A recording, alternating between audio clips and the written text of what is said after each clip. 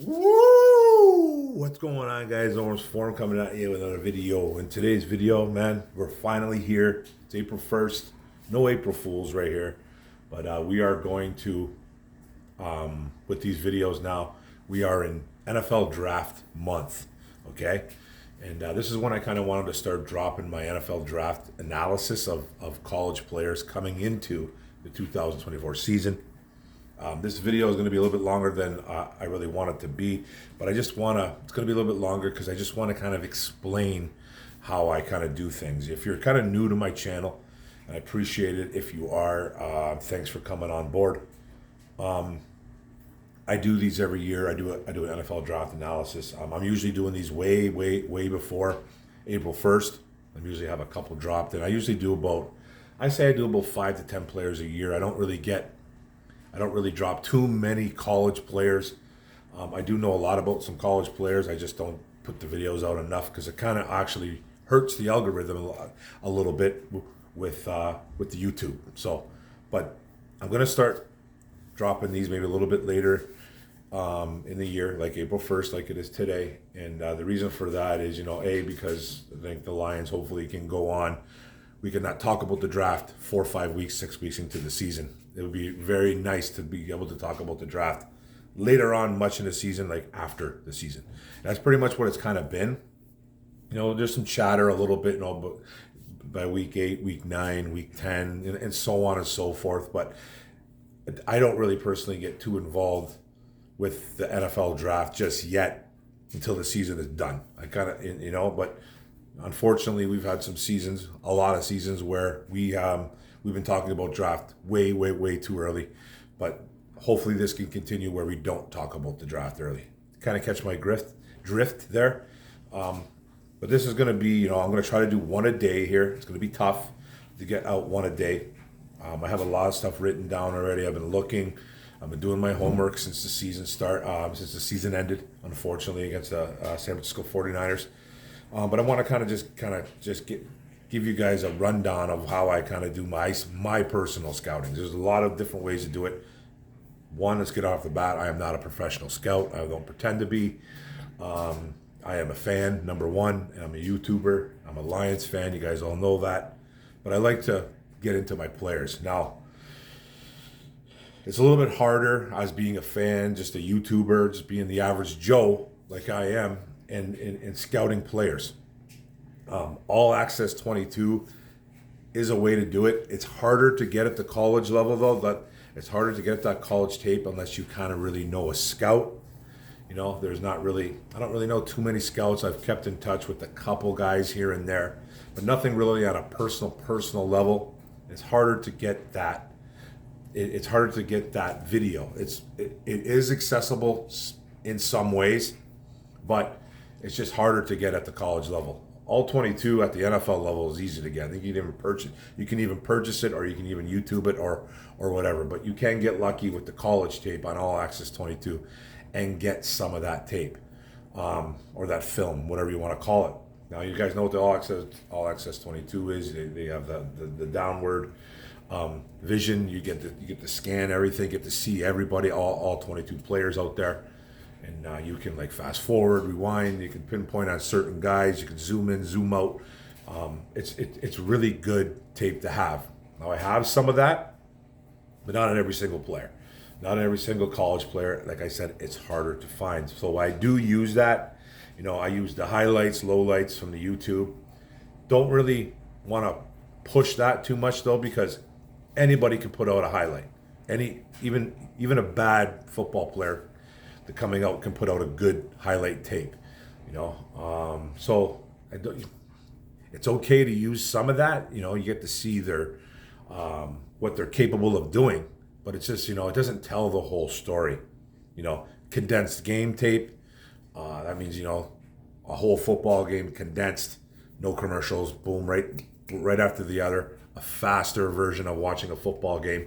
They have that for baseball. They have it for football, and it's a way to kind of watch your favorite player or your player that you're kind of scouting. So that's another way to do it as well. There's magazines. There's online stuff that you can always watch. I like to buy a magazine or two here. I always like to read up on guys. I don't I don't necessarily use it as my true analysis, but I will brush up on players that way. It's very easy to do. And I don't care what school you went to as well. I am a Michigan Wolverine fan. If you guys know, I'm a Wolverines fan, but I do not care if you went to Michigan State, Ohio State, any of those Big Ten schools. Any of those Big Ten schools, I will not discriminate. I'm not one of those guys that will come out and will rip a guy because he went to Michigan State or Ohio State. I won't. I don't like the school you went to, but doesn't mean I don't like the player. Because you get that a ton from the doofuses from Michigan State and or Ohio State that will rip on a guy like Aiden Hutchinson. They will tell you he's too small, he's a bust, he's never going to amount to anything in the NFL. And he's so far, that's been proven dead wrong by Hutchinson himself. But there's guys out there that do it, that just tear apart, and they're Lions fans. And they tear apart Aiden Hutchinson because he went to Michigan and you're a Michigan State fan. I don't do that stuff. I think it's bogus. I think it's bullshit. Why would you even do that? It doesn't make any sense to me. And then what I'm going to try to do here for this, I've been doing this, on year 4 now? This is year 4, going on year 4, I believe. And, I've kind of just had a variety of different players that I've looked at. I try to look at what the expert's saying, what this guy's saying, this guy, Daniel Jeremiah, the Bucky Brooks.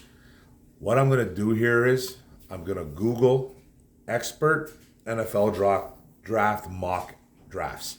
Expert NFL mock drafts, for 2024. And I'm going to actually go down the line. That's how I'm going to do it.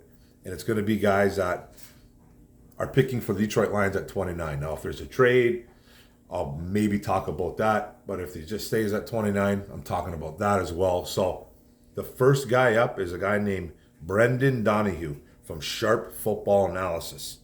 This guy has been, he's been the number one, most accurate mock drafter over the last 5 seasons. So he's getting stuff right. He's doing things right. He's guessing right. Whatever he's doing, he's been one of the best at mocking certain college players and certain teams. This is according to the Huddle Report. So he's been good.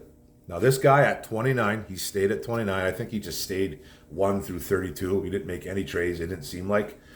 I didn't really care what he was really doing, except the Lions. I always want to see what he's doing with the Lions. And he stayed at 29, and he drafted defensive end, edge, linebacker, LAIATU LATU. 6'5", 265 pounds, 23 years old. Washington Huskies for 2 years. Missed some time after a serious neck injury. We'll get into that. And then he transferred over to the UCLA Bruins, and he had 2 exceptional years as UCLA Bruin. So I went and I did my analysis on this kid. Okay, now let's talk about his college stats right away. 101 tackles, 35.5 tackles for loss. 4 years, actually. So, yeah, the 4 years. 35.5 tackles for loss, 19 QB hits, 5 forced fumbles, 1 fumble recovery, 2 picks, 4 pass breakups, 24 sacks. And 2 of those seasons were outstanding. We're pretty much where he got all his sacks. All his production pretty much happened as a UCLA Bruin. And so he missed like the 2020 and the 2021 seasons at Washington because of a neck injury. He was forced into semi-retirement, yada, yada, yada, out of football, was told he would never play again. Then he was medically cleared. UCLA Bruins took him on, and he flourished. Now let's talk about his strengths and his positives. What I really like about this guy, I think he'll be an impact player from day one that will play all 3 downs, especially against a run and the pass. He's fluid in space, moves well for a big guy at 6'5", 260, 265. Dropping into coverage. He can make some plays on the ball, too, when the ball is thrown his way. Good length, not great length. We'll get into that, too. And explodes off the snap. Really good off the snap. Timing is very well in getting to the quarterback. Plays the run well. Not a liability in that situation. A lot of those really good pass rushers, you'll see that they have one strength only. He's a good run defender. Uses his hands well. He sets up his pass rush. at a high level. If he gets kind of caught up with an old lineman, he has a secondary move. He won't just sit there on a stalemate, not know what to do. Okay? He looks like he always has a plan. Pretty much he looks like he's always got something going on. Always has a plan. He's in control, and he sets the edge. Even though he does have shorter arms, we'll get into that a little bit too. But he can set the edge for most of the time. This guy's either going to stand up, hand in the dirt, play a little linebacker. He has done it, and he has done it well. He is a productive college player at the college level, and I think it will succeed into the NFL level. Now, with strengths and positives always come weaknesses and negatives, and he has those. Like I alluded to a little bit earlier, 32-inch arms might be a problem for some teams. You know what I mean? It's always a big thing. Every single year, there's a guy or a plethora of guys that will just like not. I'm not saying guys come off teams' boards, but you'll see scouts, you'll see players, teams, GMs, whoever coaches. They will talk about arm length. They'll talk about it a lot. They talk about it ad nauseum. They could be talking about this guy's too. They had the same thing was going on with Hutch a few years back. This guy's he's got alligator arms. He's not gonna succeed even though he went number 2 overall. Buyer beware. It's basically what a lot of people said. But he's turned out to be a really good football player for us, and I think he's going to be special in the long run. But Latu has some arm issues. Not as long as you want, 32 inches. He's a decent athlete, not a great athlete. He'll probably struggle against NFL tackles. Who doesn't though? He's going to struggle maybe off the bat. Will that have to do with his arm issues? It could. That's what I think his only downfall will be. I'm not a big problem guy with the arm issues. I don't take it into consideration as much as everybody else does. I think it could be a thing though, but I don't think it's that big of a deal. If you're a really good football player, you'll figure out a way. But some long arm offensive tackles, if they get into his chest, they do give him problems. I have seen it. It is a real thing. So he needs to work on stuff. He needs to work on his strength. He needs to work on his hand movement. And he's done that. He's done that at a very high level. But he's a determined kid. He's a very determined kid. I think the weaknesses and the negatives, there's some stuff there, but his biggest problems are going to be his medicals. His medicals will be huge. Now, he's been pretty healthy going into his last 2 years at UCLA. He might have missed a game or two, but he's been healthy. He's been healthy. He had that really bad neck injury. Like I said, forced him into retirement.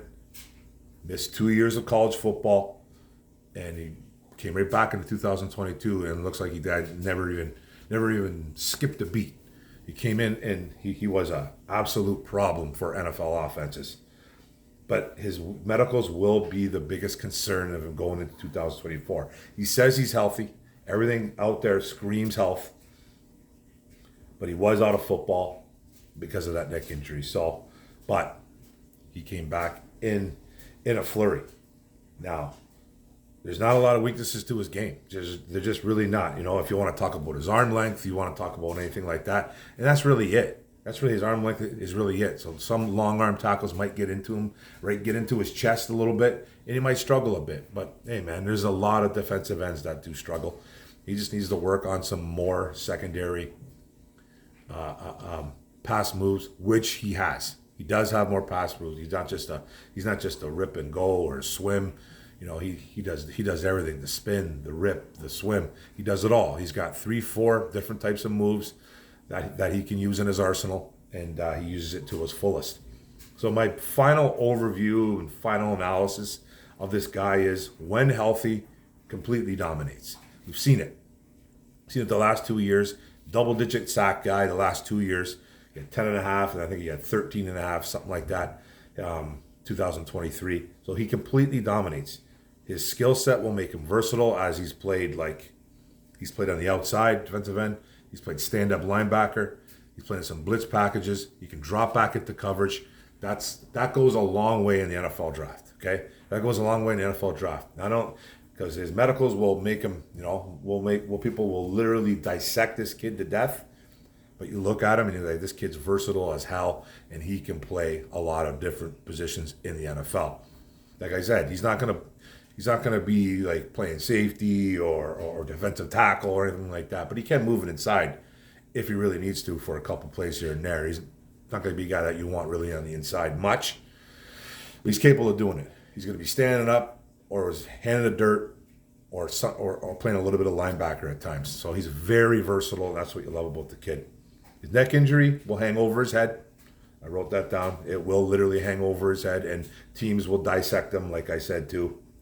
So he could slip in this year's draft because of his injury. But I think it would be an absolute steal if he slips out of the top 15. Now, what's this guy's name again? From Sharp Analysis. Let me see. Brendan Donahue. He has us taking him at 29. Now, I personally, don't think he's falling to 29.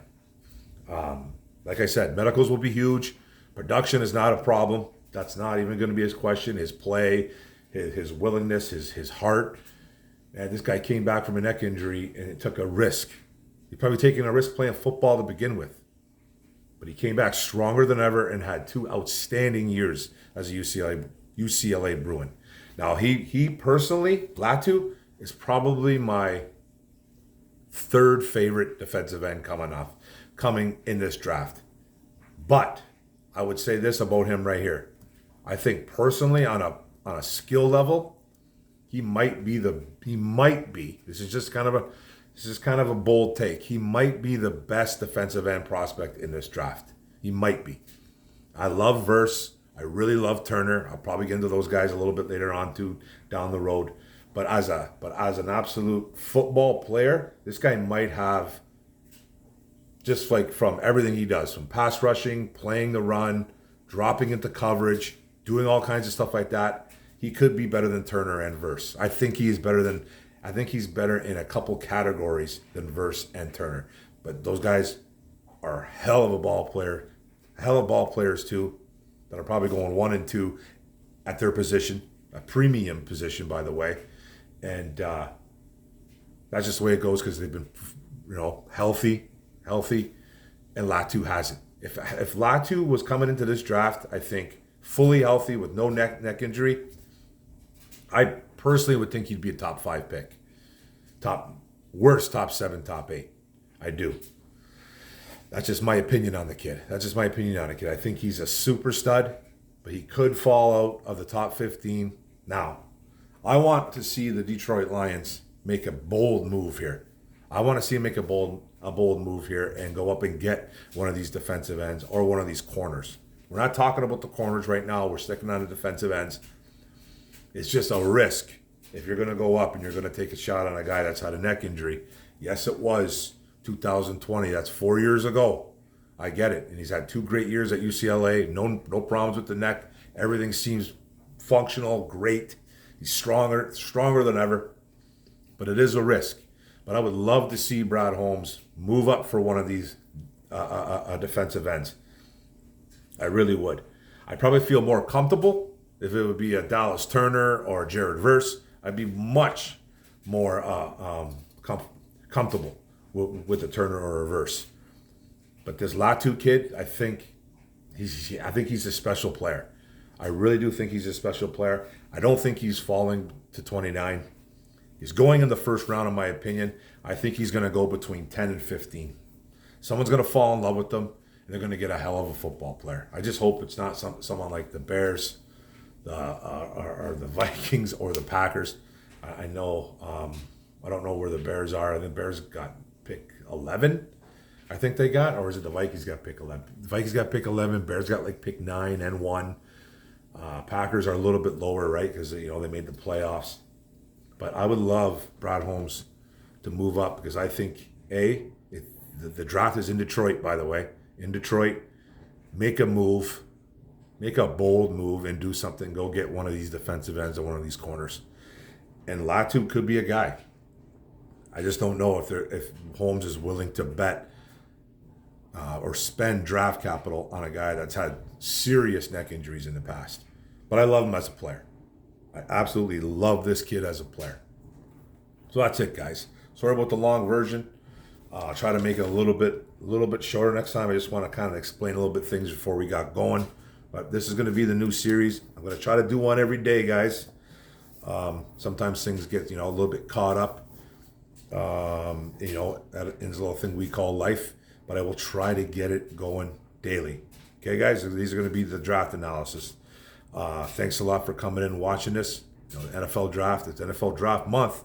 The draft is in 25 days, 24 days now. 24 days, actually. So let's go.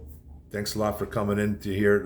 Let me talk about our Lions and some of these college players. Appreciate it. Don't forget to hit the subscribe button at the bottom right. Don't forget the notification bell up top. Get all my videos. Don't forget to like, comment, share this out. I really do appreciate it, guys. I really do appreciate it. One pride, Detroit first, everybody. Let's go. Boom.